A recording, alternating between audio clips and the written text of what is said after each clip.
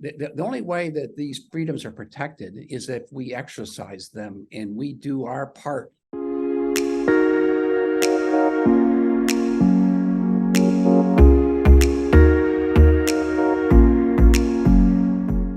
So hello, everybody. Thank you for joining us for this episode of the First Amendment Museum's one-on-one interview series. I'm Max NOSBISCH, the manager of visitor experiences here at the First Amendment Museum.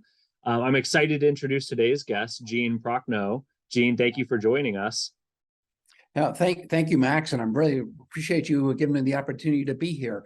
I'm a historian of the American Revolution, but it's my second career. Before becoming a historian, I was a management consultant, a technology consultant, but got kind of burned out on that and decided that history was a lot more fun. So I spend my time writing about the Revolution. I write for a website called the Journal of the American Revolution. It's online, it's free, and people that are interested to do scholarship and reading can access. First, I just want to ask you, do you think the First Amendment is important, and what is its goal and purpose? You know, two words come to mind for me with respect to the First Amendment. The first is foundational. The people that wrote the Constitution wrote the First Amendment and the analogous parts of the Constitution to really right the wrongs that they saw in Britain. For example, in Britain, there was an established religion, and the framers of our Constitution did not want to have an established religion. Also, the framers wanted free speech. And that was not something that was really in the British Constitution. And then lastly, the right to assembly, which is very, very important, and peaceably assemble. And I think that word is really key to today's environment here, was it said peaceable assembly. But also, I think it's aspirational because I'm not sure we ever really have achieved all of those ideals. There's been restrictions on free speech inappropriately. There's been restrictions like people voting, you know, like that type of thing. There's been restrictions on assembly. There's been, we'll talk a little bit about the laws that have restricted our ability to speak our minds. So I think it's aspirational and it's something that is continuing today to aspire to. So it isn't something that's static. It's a very dynamic right that we have. And speaking of free speech, you're the author of William Hunter, Finding Free Speech, a British Soldier's Son Who Became an Early American. I'm intrigued by this title. Could you tell me a little bit about the book? Yes, it is a long title, but it's on purpose because William Hunter was actually born in the United States in 1768. He was born in Brunswick, New Jersey, but he was born to a British sergeant in the 26th Regiment of Foot and his wife. Back then, soldiers' families traveled with the soldier on deployments, overseas deployments, because these deployments could be for, 10, 20 years. So they did bring their families along. So he was born in the United States, but he witnessed the beginning part of the war. And for the first several years of the war, he accompanied his father on campaign. He saw combat as a pretty young child, which really kind of scarred him for life. And what is so unique about him is that he penned the only surviving journal or diary written by a child of a British soldier. So it's a pretty amazing document. And his story is an interesting story because he goes back to Britain after the Revolution, becomes a printing apprentice, and then returns to the United States, and that's where the free speech comes in. I'll talk about that in a little bit, but he has an amazing story. So what inspired you to write this book? Well, it's really funny. I live in Washington, D.C. I went to a neighborhood dinner party, as innocuous as that sounds. And I sat next to someone I didn't know. She asked me, what do I do? And I said, I'm a historian of the American Revolution. She goes, we got this diary. It might be the Civil War. It might not be, I'm not sure what it is. Can you take a look at it? And it wasn't that she didn't know what she had, it was the diary was not complete. So there wasn't a front part or back part of the diary, and some parts of it were clipped out.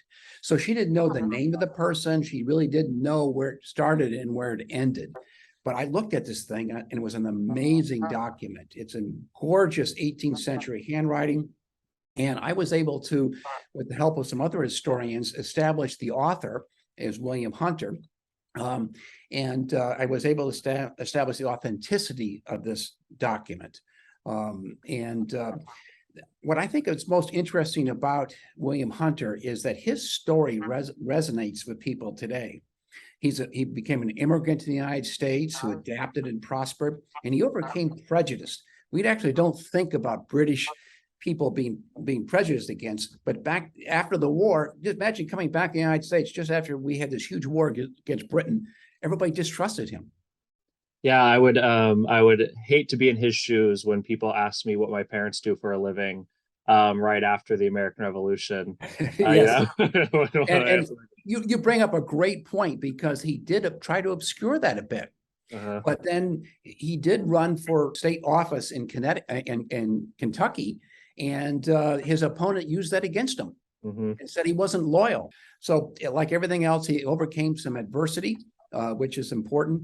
And then lastly, he served the last part of his life as an official in the Andrew Jackson administration and demonstrated that government officials do good work. And he did some pretty good things. So, the word bureaucrat sometimes gets demonized, but he exhibited the best attributes of a bureaucrat.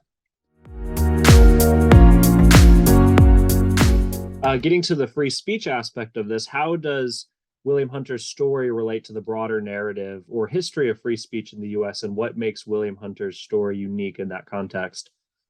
Okay, well, it's interesting. So he came back to Philadelphia in 1793, and then realized that the newspaper business was burgeoning at that time. Back then, every town on the frontier needed a newspaper.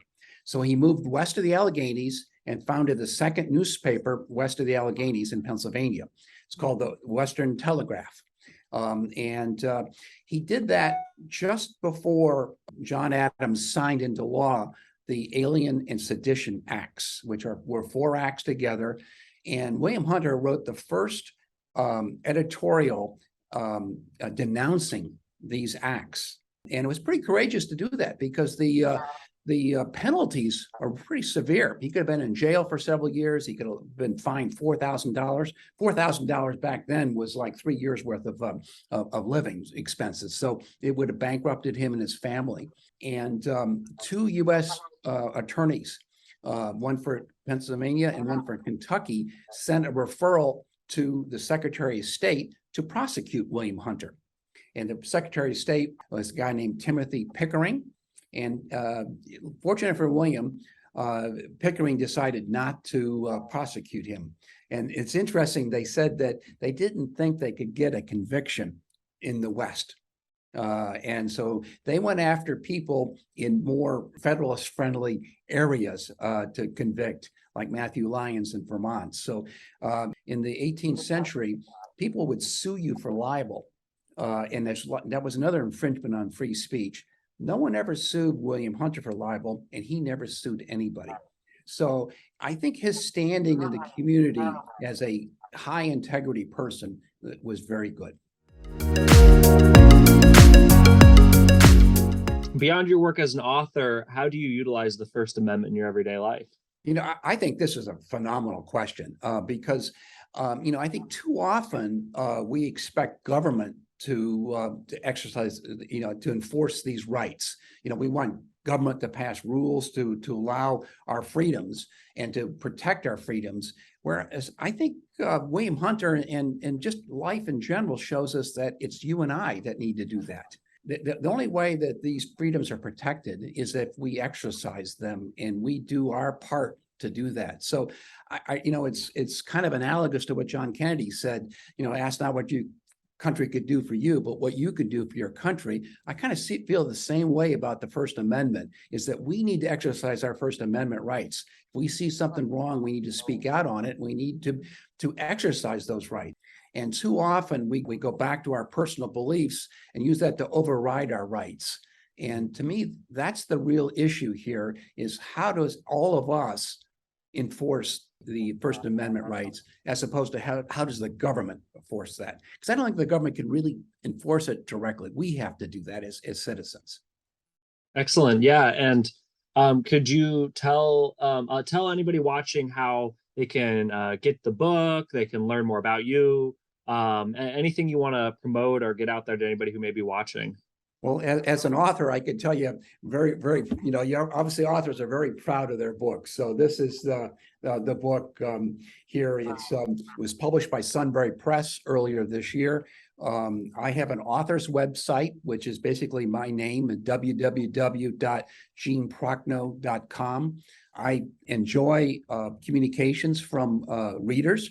My email is geneprock@gmail.com. If you have questions or issues, or you want to take umbrage with something I said, or you want to reinforce something that I said, or disagree with something I said, please contact me. That's the fun part of this business, is to interact with readers. So that's as an author, we all love to promote our books, but in the end, I think it's a reader's business, and I want to be responsive to readers. Awesome. Thank you so much, Gene. Good. Well, thank you. Thank you very much, Max. Awesome. Very much appreciate that. And to me, you have a great mission here, and I really wish you a lot of success with that mission.